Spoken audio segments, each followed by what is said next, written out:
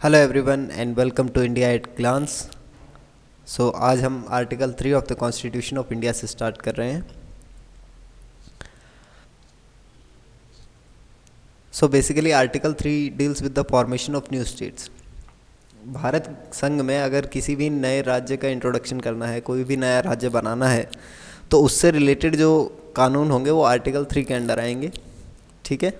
और इससे रिलेटेड जो पावर होगी वो सारी पावर पार्लियामेंट के अंडर आएगी। ठीक है। तो इसका स्टेटमेंट कहता है पार्लियामेंट में बाय लॉ, कानूनी तौर पर जो संसद है वो क्या क्या कर सकती है नए स्टेट के प्रोस्पेक्टस में।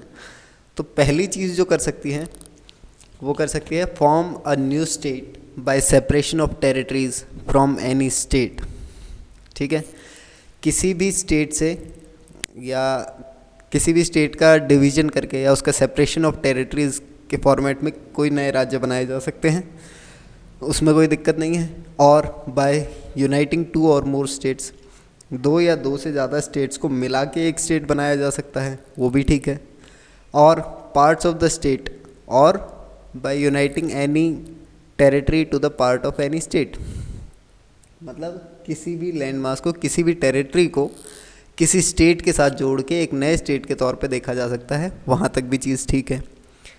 सेकंड जो पावर है वो है increase the area of state. किसी भी राज्य का जो क्षेत्रफल है उसको बढ़ाया जा सकता है, और अगर बढ़ाने की पावर है तो उसको कम करने की पावर भी पार्लियामेंट ऑफ इंडिया के पास ही है। तो इंक्रीज़ और decrease the area of any state. ठीक है। जो चौथी बात हमें यहाँ से समझने को मिलती है वो है alteration of boundaries of any state. किसी भी स्टेट की बाउंड्रीज़ को ऑल्टर किया जा सकता है, जो उसकी एक्सटर्नल बाउंड्रीज़ है उनको चेंज किया जा सकता है, उसमें दिक्कत नहीं है।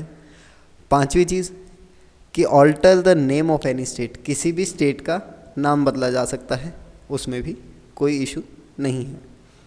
तो हम इनके एग्जांपल्स देख लेते हैं। ठीक है। तो पहला एग्जांपल जो हम देखेंगे वो हम देखेंगे सेपरेशन ऑफ टेरिटरीज़ का। ठीक है। कि जो कोई राज्य है उसका विभाजन करके कोई अलग राज्य बनाया गया हो, ऐसे कौन से एग्जांपल्स हमें मिलते हैं। तो बेसिकली एग्जांपल हमें ईयर 2000 में मिलता है, जब उत्तर प्रदेश से उत्तरांचल अलग किया गया था। ठीक है। या जिसको हम प्रेजेंट डे में उत्तराखंड बोलते हैं, उस टाइम ईयर 2000 में उत्तरांचल नाम से जाना जाता था।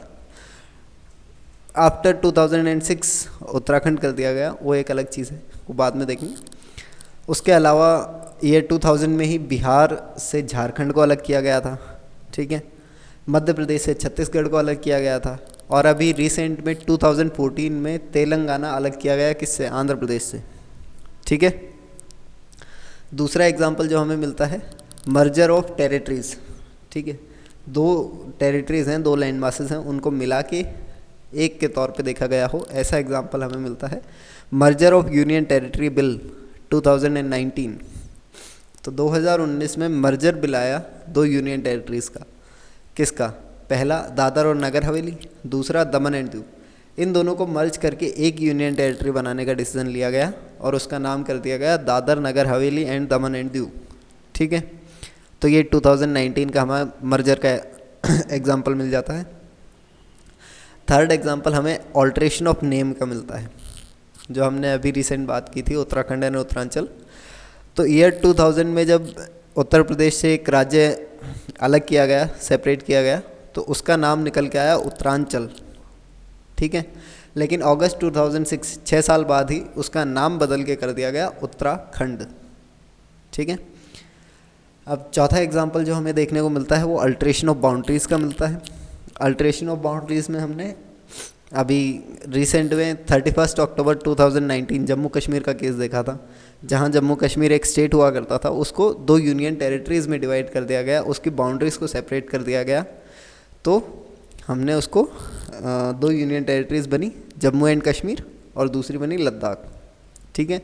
अक्टूबर 31 date of birth of Sardar Vallabh भाई पटेल। ठीक है। और इसी डेट को 2019 में ये जो सेपरेशन ऑफ जम्मू कश्मीर का जो बिल था ये एनफोर्स हुआ था, लागू कर दिया। बेसिकली अब हम समझेंगे कि पार्लियामेंट ऑफ इंडिया के पास ये अधिकार तो हैं कि वो ये सब चीज़ें कर सकती है, लेकिन कैसे, क्या प्रोसेस होगा? तो basically it is not an hardship process, it is just a consultative process. Consultative process का मतलब कि यूनियन कैबिनेट में है जो एक रीऑर्गेनाइजेशन बिल प्रेजेंट किया जाएगा। यूनियन कैबिनेट ने रीऑर्गेनाइजेशन बिल प्रेजेंट किया, वो रीऑर्गेनाइजेशन बिल जो है वो प्रेसिडेंट ऑफ इंडिया के पास जाएगा। प्रेसिडेंट ऑफ इंडिया से वो जो अफेक्टेड स्टेट हैं, जिस स्टेट के बारे में बात की जा रही है उस बिल में, उस स्टेट लेजिस्लेचर के पास जाएगा। स्टेट लेजिस्लेचर से with reviews president of India के पास वापस आएगा। प्रेसिडेंट ऑफ इंडिया जो है वो उसको पार्लियामेंट में टेबल करेगा, पार्लियामेंट में वोटिंग होगी, वोटिंग के बाद अगर मेजॉरिटी मिलती है तो वो बिल जो है वो लागू होगा। चलिए इस प्रोसेस को हम थोड़ा डिटेल में देखते हैं। सबसे पहले जो रीऑर्गेनाइजेशन बिल है वो यूनियन कैबिनेट ऑफ इंडिया ने प्रेजेंट किया। प्रेजेंट करने के बाद सबसे पहले वो प्रेसिडेंट ऑफ इंडिया के पास गया फॉर सीकिंग परमिशन चाहिए। Union cabinet president of India को कह रही है कि सर हमको परमिशन दो ताकि हम इस बिल को पार्लियामेंट में टेबल कर सकें। अब यहाँ पर एक डिफरेंस है, जो नॉर्मल बिल होता है, ठीक है, कोई भी बिल है उसको सबसे पहले पार्लियामेंट में टेबल किया जाता है और अगर पार्लियामेंट से अप्रूव हो जाता है तो प्रेसिडेंट ऑफ इंडिया के पास जाता है। लेकिन यहाँ पर क्या हो रहा है, यहाँ पर रीऑर्गेनाइजेशन बिल यूनियन कैबिनेट ने प्रेजेंट किया और प्रेजेंट करते ही प्रेसिडेंट ऑफ इंडिया को भेज दिया कि सर हमें परमिशन दो। तो ऐसा क्यों? ऐसा इसलिए कि स्टेट लेजिस्लेचर जो है अफेक्टेड स्टेट की, जैसे अभी हमने रिसेंट एग्जांपल लिया आंध्र प्रदेश और तेलंगाना का, ठीक है, तो 2014 में जो बिल आया आंध्र प्रदेश रीऑर्गेनाइजेशन एक्ट, ठीक है, APRA, तो बेसिकली APRA से कौन सा स्टेट अफेक्ट होगा? आंध्र प्रदेश। तो प्रेसिडेंट ऑफ इंडिया ने APRA को कहाँ भेजा? APRA या APRB, बिल या एक्ट आप कुछ भी कह सकते हैं। तो प्रीवियसली बिल था, उसके बाद जब एनफोर्स हुआ तब वो एक्ट हुआ, ठीक है। तो APRA जो था उसको स्टेट लेजिस्लेचर को भेजा गया, आंध्र प्रदेश की। अब स्टेट लेजिस्लेचर क्या करेगी? State legislature president of India को वापस भेजेगी वो, लेकिन उससे पहले उस स्टेट लेजिस्लेचर में या विधानसभा में उस पर डिस्कशन होगा और डिस्कशन होने के बाद जो व्यूज़ निकल के आएंगे वो व्यूज़ उस जो बिल है उसके साथ लगा के प्रेसिडेंट ऑफ इंडिया को दिया जाएगा, ठीक है। अब प्रेसिडेंट ऑफ इंडिया क्या करेगा? प्रेसिडेंट ऑफ इंडिया उस जो व्यूज़ आए हैं या जो बिल आया है उसको रिजेक्ट कर देगा या अप्रूव कर देगा, ठीक है, उसमें कोई दिक्कत नहीं है। लेकिन यहाँ पर APRA का ही एग्जांपल क्यों लिया? APRA का एग्जांपल लेने का सिर्फ सिग्निफिकेंस इतना था कि आपको ये चीज़ समझा सकूँ, independent of views of state legislature. मतलब जब प्रेसिडेंट ऑफ इंडिया ने APRA को आंध्र प्रदेश विधानसभा में भेजा, आंध्र प्रदेश विधानसभा ने इस बिल को इन टोटो रिजेक्ट किया था, मतलब कंप्लीट रिजेक्शन। किसी भी तरह की कोई सहमति नहीं है, किसी भी तरह का कोई ऐसा पॉइंट नहीं है जिस पे एग्री किया जा सके कि हाँ रीऑर्गेनाइजेशन बिल ऐसे लागू होना चाहिए या कोई क्लॉज होना चाहिए या हमारे व्यूज़ हैं कि इसका डिवीज़न ऐसे नहीं किसी और तरीके से किया जाना चाहिए। इस तरह का कोई भी सहमति नहीं बन रही थी, इस तरह की कोई भी आर्गूमेंट नहीं आए थे। Positive favour 0 and in total rejection. उसके बाद भी प्रेसिडेंट ऑफ इंडिया के पास ये पावर होती है कि वो इस बिल को पार्लियामेंट में टेबल करा सके। यहाँ पर हमने जब नाम देखते हैं तो हम नाम देखते हैं कंसल्टेटिव प्रोसेस, ठीक है। कंसल्टेटिव मतलब कि सिर्फ प्रेसिडेंट ऑफ इंडिया जो है वो स्टेट लेजिस्लेचर से कंसल्ट कर रही है, वो उसका कंसेंट नहीं मांग रही है, वो उसकी सहमति नहीं मांग रही है, वो सिर्फ उसके विचार मांग रही है, ठीक है। तो प्रेसिडेंट ऑफ इंडिया ने विचार मांग लिए, ठीक है। अगर विचार प्रेसिडेंट ऑफ इंडिया को लगता है कि हाँ इनके विचार सही हैं तो वो उस अकॉर्डिंग भी काम कर सकता है, लेकिन प्रेसिडेंट ऑफ इंडिया पे बाउंडेशन नहीं है कि स्टेट लेजिस्लेचर ने जो कहा है वही करना है, ऐसा कुछ नहीं है, समझ रहे हो। President of India fully free है। वो अगर जैसे आंध्र प्रदेश का रीऑर्गेनाइजेशन बिल स्टेट लेजिस्लेचर से तो इन टोटो रिजेक्ट हुआ, लेकिन प्रेसिडेंट ऑफ इंडिया ने कहाँ टेबल कर दिया उसको? पार्लियामेंट ऑफ इंडिया में। पार्लियामेंट ऑफ इंडिया में टेबल होने का मतलब क्या होता है कि वहाँ पर अब क्या होगी? उस बिल पे वोटिंग स्टार्ट होगी, ठीक है। अब वोटिंग की जो रिक्वायरमेंट है वो है simple majority of present and voting, ठीक है। तो जितने भी मेंबर्स प्रेजेंट है उसका 50% +1 अगर मेजॉरिटी मिल जाती है तो ये बिल पास हो जाएगा, और अगर नहीं मिल पाती है तो ये बिल रिजेक्ट हो जाएगा फाइनली। और अगर मेजॉरिटी मिल जाती है तो ये बिल जो है वो एक्ट या लॉ की तरह लागू किया जा सकता है, अदरवाइज सस्पेंड हो जाएगा। अब यहाँ से एक मेन पॉइंट समझने का है कि this process makes the unitary feature of constitution as dominating. अब यहाँ पर दो कंपोनेंट्स हैं, पहला प्रेसिडेंट ऑफ इंडिया, दूसरा स्टेट लेजिस्लेचर, ठीक है। अब प्रेसिडेंट ऑफ इंडिया जो है वो एक यूनिटरी फीचर है, यूनिटरी कंपोनेंट है, जबकि जो स्टेट लेजिस्लेचर है वो डिवीजन ऑफ पावर्स के थ्रू आई है, तो वो एक फेडरल कंपोनेंट है। लेकिन क्या यहाँ पर जो फेडरल कंपोनेंट है, जो स्टेट लेजिस्लेचर है, उसके व्यूज़ से किसी भी तरह का कोई भी फ़र्क पड़ रहा है? ऑब्वियसली नोट, ऑब्वियसली नो, कोई फ़र्क नहीं पड़ रहा है। प्रेसिडेंट ऑफ इंडिया अपनी मर्जी से उस बिल को चाहे तो टेबल कर सकता है। स्टेट लेजिस्लेचर का सिर्फ इतना रोल है कि वो अपने व्यूज़ दे सकते हैं, उसके अलावा कुछ नहीं कर सकते। ना किसी तरह प्रेसिडेंट ऑफ इंडिया को बाउंड कर सकते हैं, ना किसी यूनिटरी फीचर को बाउंड कर सकते हैं, ठीक है। तो इस according unitary feature of India जो है वो यहाँ पर एक डोमिनेटिंग प्रोसेस हो गया, ठीक है। और अगर इसी केस में पूछ लिया जाए कि ऐसा कौन सा आर्टिकल है या ऐसा कौन सा लॉ है जिसको सबसे पहले प्रेसिडेंट ऑफ इंडिया की अप्रूवल की रिक्वायरमेंट होती है, तो वो basically article 3 of the constitution, state reorganisation bills होते हैं, दैट्स इट, ठीक है। तो अब हम आगे चलते हैं, case of Jammu and Kashmir देखते हैं। तो जब हम जम्मू कश्मीर के बाइफर्केशन की बात करते हैं तो उससे अगर थोड़ा सा पहले चलें, उससे अगर टाइम में थोड़ा पहले जाएं, तो वहाँ पर हमें देखने को मिलती है बीजेपी एंड पीडीपी की अलायंस गवर्नमेंट, ठीक है। पीपल्स डेमोक्रेटिक पार्टी और भारतीय जनता पार्टी की एक अलायंस गवर्नमेंट है। इनमें किसी चीज़ों को लेके मतभेद हो जाते हैं और बीजेपी जो है वो अपना समर्थन वापस ले लेती है।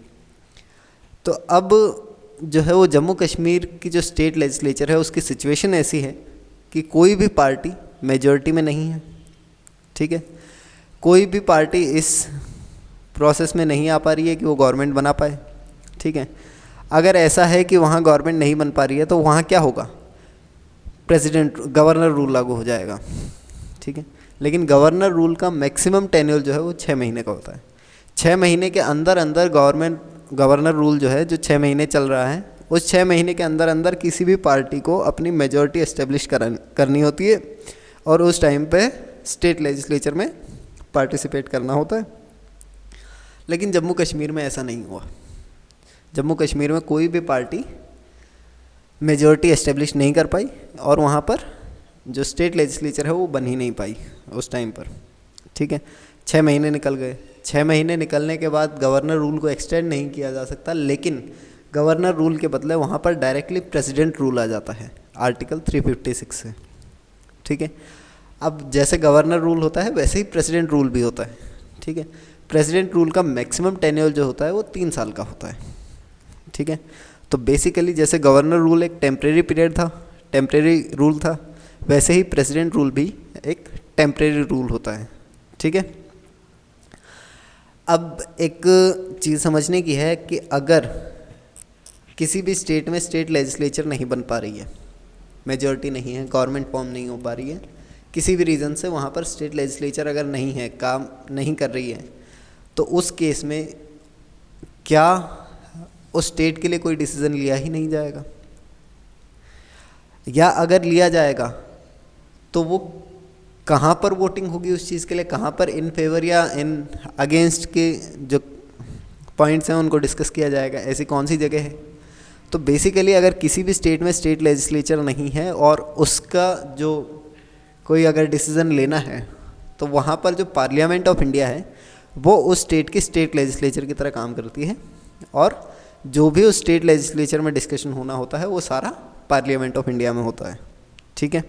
तो जम्मू कश्मीर में कोई स्टेट लेजिस्लेचर नहीं है, इसलिए वहाँ के सारे डिसीजंस कौन लेगा? पार्लियामेंट ऑफ इंडिया लेगी, ठीक है।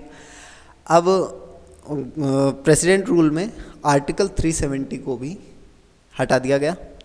आर्टिकल 370 बेसिकली जम्मू कश्मीर को एक स्पेशल स्टेटस देता था, ठीक है। उसका एक mini constitution of Jammu and Kashmir आप मान सकते हो। तो उसको कुछ स्पेशल क्राइटेरियाज़ पे बाउंड करता था, कुछ स्पेशल स्टेटस देता था, ठीक है। तो आर्टिकल 370 को प्रेसिडेंट ऑफ इंडिया ने हटा दिया, जम्मू कश्मीर में आर्टिकल 370 लागू नहीं था, ठीक है। अब आर्टिकल 370 हट चुका है, प्रेसिडेंट रूल लागू है, कोई लेजिस्लेचर नहीं है, इसलिए सारा काम पार्लियामेंट ऑफ इंडिया देखेगी। तो ये एक बेस्ट पॉइंट था कि जम्मू कश्मीर का रीऑर्गेनाइजेशन किया जाए, क्योंकि यहाँ पर स्टेट लेजिस्लेचर नहीं है कोई भी। वैसे तो दबाव स्टेट लेजिस्लेचर का रीऑर्गेनाइजेशन बिल पे होता ही नहीं है, लेकिन चूंकि प्रेसिडेंट रूल लागू हो चुका है और प्रेसिडेंट के पास ये पावर है कि वो आर्टिकल 370 को कार्य निष्क्रिय कर सकती है, ठीक है। तो प्रेसिडेंट ऑफ इंडिया रूल लग रहा है और उसके अंडर ही आर्टिकल 370 को हटा दिया गया, ठीक है। तो अब यहाँ पर अगर कोई भी गवर्नमेंट ऑफ इंडिया का रूल लागू होगा या रीऑर्गेनाइजेशन बिल आएगा, तो वहाँ पर जो आपका प्रेसिडेंट ऑफ इंडिया है उसके पास ये डिलेमा रहेगी क्या, कि भैया मेरे पास रीऑर्गेनाइजेशन बिल आया, मुझे ये स्टेट लेजिस्लेचर में व्यूज़ के लिए भेजना है, लेकिन वहाँ पर तो स्टेट लेजिस्लेचर है ही नहीं, जम्मू कश्मीर में कहाँ है स्टेट लेजिस्लेचर। तो उस केस में क्या होगा कि वो जो व्यूज़ के लिए जो बिल भेजा जाएगा स्टेट लेजिस्लेचर में, वो स्टेट लेजिस्लेचर में ना भेज के डायरेक्टली पार्लियामेंट ऑफ इंडिया में भेज दिया गया और उसके व्यूज़ ले लिए गए। तो ये मान लिया गया कि स्टेट लेजिस्लेचर के व्यूज़ हैं, ठीक है। और वैसे भी कोई ज़्यादा फ़र्क तो पड़ नहीं रहा है स्टेट लेजिस्लेचर के व्यूज़ से, ठीक है। तो प्रेसिडेंट ने पार्लियामेंट में ही भेजा, पार्लियामेंट से ही व्यू लिए और उसके बाद उस बिल को पार्लियामेंट में ही टेबल कर दिया, पार्लियामेंट में ही मेजॉरिटी मिल गई और वो एक्ट बन के लागू हो गया, ठीक है। अब ये पहले राज्यसभा में प्रेजेंट किया गया था, ये राज्यसभा में भी हो सकता है, लोकसभा में भी हो सकता है, कहीं से भी इनिशिएट किया जा सकता है, इसमें कोई इशू वाली बात नहीं है। लेकिन राज्यसभा में उस टाइम प्रेजेंट करने का सिर्फ एक रीज़न जो है मुझे समझ में आता है कि उस टाइम का अगर पॉलिटिकल सिनेरियो देखो तो राज्यसभा में जो रिप्रेजेंटेशन था वो बीजेपी का, वो कहीं ना कहीं थोड़ा डगमगाया हुआ था। तो वो शायद सोच रहे होंगे कि अगर एक बार राज्यसभा से पास हो जाए तो उसके बाद लोकसभा से तो इजीली हो जाएगा, उसमें तो कोई इशू है ही नहीं, तो शायद ये थिंक रहा होगा। अब यहाँ पर आपके लिए मेरे पास 3 क्वेश्चंस हैं और मैं चाहूँगा कि आप उनका जवाब दें कमेंट सेक्शन में। आपको जो समझ में आ रहा है, आपको जो लग रहा है, कम से कम वो रिव्यूज़ आप अपने दें, ताकि हमें भी पता चलता रहे कि आप कितना समझ पा रहे हैं चीज़ों को, ठीक है। तो मेरा पहला क्वेश्चन ये है कि जम्मू कश्मीर का बाइफरकेशन करना था, तो उसके लिए आर्टिकल 370 को हटाने की क्या ज़रूरत थी। आर्टिकल 370 को हटाने की क्या ज़रूरत थी। आर्टिकल 370 में ऐसा क्या है, ऐसा कौन सा क्लॉज है जो जम्मू कश्मीर के बाइफरकेशन को रोक देता। पहला क्वेश्चन। सेकंड क्वेश्चन है कि हमने प्रेसिडेंट रूल का मैक्सिमम टेन्योर 3 साल का देखा है, ठीक है। प्रेसिडेंट रूल टेम्परेरी है, तो क्या एक टेम्परेरी रूल के टाइम पे ऐसा कोई चेंज किया जा सकता है जो एक परमानेंट कैरेक्टर का हो। टेम्परेरी रूल मतलब प्रेसिडेंट ऑफ इंडिया जो है वो 3 साल के बाद प्रेसिडेंट रूल ख़त्म हो जाएगा वहाँ पर, ठीक है। ये मैक्सिमम टेन्योर है, ठीक है। अब 3 साल इसका मैक्सिमम टेन्योर है, लेकिन जो जम्मू कश्मीर का बाइफरकेशन किया वो तो लॉन्ग लास्टिंग है, वो तो एक परमानेंट कैरेक्टर है ना। तो क्या एक टेम्परेरी रूल के टाइम पे पार्लियामेंट ऐसा चेंज कर सकती है जो परमानेंट कैरेक्टर का हो। If yes why, if no why. Third question जो आता है कि जब हम 2 चीज़ें देखते हैं, एक स्टेट है, एक यूनियन टेरिटरी है। स्टेट के पास कुछ एडवांटेजेस पोजीशंस होती हैं जो फेडरलिज्म के पावर्स को एंजॉय करता है एक स्टेट, जो यूनियन टेरिटरी, एक दिल्ली को छोड़ दो तो बाकी यूनियन टेरिटरीज उन सभी पावर्स को एंजॉय नहीं करती हैं। दिल्ली में भी कुछ जो है कि जैसे मान लो दिल्ली पुलिस है, तो दिल्ली पुलिस, वैसे अगर स्टेट पुलिस देखा जाए तो स्टेट पुलिस स्टेट गवर्नमेंट के अंडर आती है, लेकिन दिल्ली पुलिस जो है वो डायरेक्टली यूनियन के अंडर आती है। तो ऐसे बहुत सी पावर्स हैं जो स्टेट को मिलती हैं, यूनियन टेरिटरी को नहीं मिलती हैं, ठीक है। और फेडरलिज्म क्या कहता है, फेडरलिज्म कहता है कि डिवीजन ऑफ पावर होना चाहिए, सत्ता का विभाजन होना चाहिए, ठीक है। तो सत्ता का विभाजन होने का मतलब क्या है कि पहले एक स्टेट हुआ करता था जम्मू कश्मीर, जिसमें सत्ता का बराबर, जिसकी सत्ता में बराबर भागीदारी थी, ठीक है। लेकिन उसको डाउनग्रेड करके 2 यूनियन टेरिटरीज़ में कन्वर्ट कर दिया गया। तो उसका जो नेशनल लेवल पे या जो स्टेट लेवल पे एक पावर फॉर्मेशन था, वो पूरा का पूरा पावर फॉर्मेशन डिस्टर्ब हो गया। ठीक है, तो क्या ऐसा करना फेडरलिज्म के प्रिंसिपल का वायलेशन है? संघवाद की जो नीति है उसका उल्लंघन है या नहीं है? अगर है तो कैसे, नहीं है तो कैसे? ठीक है, आगे चलते हैं। Andhra Pradesh reorganisation act 2014। Andhra Pradesh reorganisation act से हमने एक तो कंसल्टेटिव प्रोसेस सीखा। अब हम एक और नई चीज़ सीखने जा रहे हैं जो कि है रिप्रेजेंटेशन इन राज्यसभा। राज्यसभा में जो भी स्टेट्स का रिप्रेजेंटेशन होगा कि कितने एमपीज कहाँ से आएंगे, उन सब का जो मेजर है वो एक्चुअली हमें कहाँ मिलता है? शेड्यूल 4 में मिलता है। ठीक है, शेड्यूल जो है वो कॉन्स्टिट्यूशन का हिस्सा है, एग्री। आगे चलते हैं। ये 2014 में आंध्र प्रदेश से राज्यसभा में 18 एमपीज होते थे। ठीक है, लेकिन APRA आया, आंध्र प्रदेश रीऑर्गेनाइजेशन एक्ट 2014 आया। उसके बाद ये जो 18 एमपीज थे और एक स्टेट था आंध्र प्रदेश, तो आंध्र प्रदेश को 2 स्टेट्स में डिवाइड कर दिया गया। ठीक है, तो जो 18 एमपीज हैं वो भी दोनों तरफ डिवाइड होंगे, तो 11 आंध्र प्रदेश में आ गए, 7 तेलंगाना से आ गए। ठीक है, अब ये एक चेंज हुआ है। ठीक है, और ये चेंज कहाँ पर होना चाहिए? ये चेंज शेड्यूल 4 में होना चाहिए। ठीक है, अब मेरा सेकंड पॉइंट है कि नेम ऑफ द स्टेट्स के जो नाम हैं वो शेड्यूल 1 में दिए गए हैं। ठीक है, APRA से पहले हमारे पास 28 स्टेट्स हुआ करते थे। APRA के बाद तेलंगाना बढ़ गया, कितने हो गए?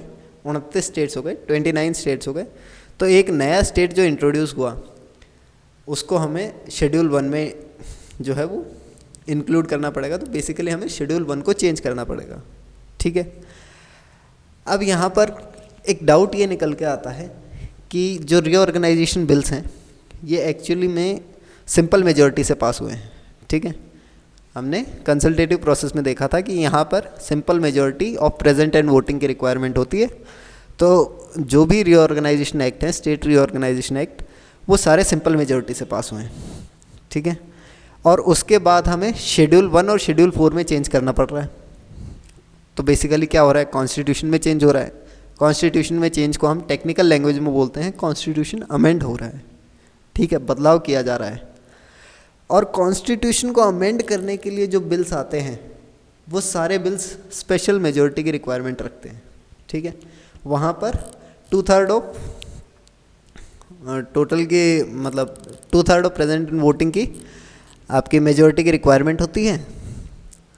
तो क्या एक बिल जो सिंपल मेजॉरिटी से पास हुआ हो वो कॉन्स्टिट्यूशन को अमेंड कर सकता है या नहीं कर सकता? क्योंकि कॉन्स्टिट्यूशन को अमेंड करने वाले जितने भी बिल्स होते हैं वो सारे स्पेशल मेजॉरिटी के थ्रू बनाए जाते हैं। ठीक है, अब इसका जो आंसर है वो हमें मिलता है आर्टिकल 4 ऑफ द कॉन्स्टिट्यूशन में। So article 4 of the constitution कहता है कि law made under article 2 and 3 to provide for amendment of first and fourth schedule are supplemental, incidental and consequential matters. So basically article 2 या article 3 के under कोई भी कानून बनाया जाए उससे अपने आप ही शेड्यूल 1 और शेड्यूल 4 चेंज हो जाएंगे। ठीक है, वो सप्लीमेंटल या इंसिडेंटल मैटर्स हैं। यहाँ पर हम देखते हैं कि जब कॉन्स्टिट्यूशन के अमेंडमेंट की बात आती है वहाँ पर एक चीज़ होती है कि क्या ये जो बिल है, ये जो नया बिल पास किया गया है या जो पेश किया गया है, ठीक है, क्या ये पर्टिकुलर इंटेंशन दिखाता है कि ये कॉन्स्टिट्यूशन को अमेंड करना चाह रहे हैं? अगर वो पर्टिकुलर इंटेंशन दिखाता है कि हाँ हमारे जो इंटेंशन है वो कॉन्स्टिट्यूशन को अमेंड करने की है, तब स्पेशल मेजॉरिटी की रिक्वायरमेंट होती है। लेकिन आर्टिकल 4 ये कहता है कि आर्टिकल 2 और 3 के अंडर कोई कानून बनाया गया उससे अपने आप ही फर्स्ट और फोर्थ शेड्यूल में चेंज हो गए। ठीक है, यहाँ पर जो कानून बनाए गए हैं उनकी इंटेंशन ये नहीं है कि वो कॉन्स्टिट्यूशन में चेंज करें। ठीक है, उनकी इंटेंशन सिर्फ इतना है वो किसी भी स्टेट का रीऑर्गेनाइजेशन कर रहे हैं या किसी भी स्टेट का इनकॉर्पोरेशन कर रहे हैं, कुछ भी कर रहे हैं, तो वो पावर्स जो पार्लियामेंट ऑफ इंडिया है वो अपनी पावर्स को एंजॉय कर रहा है, इसके अलावा कॉन्स्टिट्यूशन को अमेंड करने की उनकी कोई इंटेंशन नहीं है। तो इस तरह के अमेंडमेंट जो फर्स्ट और फोर्थ शेड्यूल में होते हैं, आर्टिकल 2 और 3 की मदद से उनको हम सप्लीमेंटल, इंसिडेंटल या कॉन्सिक्वेंशियल कह देते हैं कि वो अपने आप हो रहे हैं, वहाँ पर कोई ऐसी इंटेंशन नहीं है। तो इसको हम कॉन्स्टिट्यूशनल अमेंडमेंट की तरह नहीं देखते हैं, इसको हम सिर्फ एक इंसिडेंटल मैटर मानते हैं। So that's all for article 3 and 4. Thanks for watching. Please like, share and subscribe and press the bell icon for new updates. Thank you.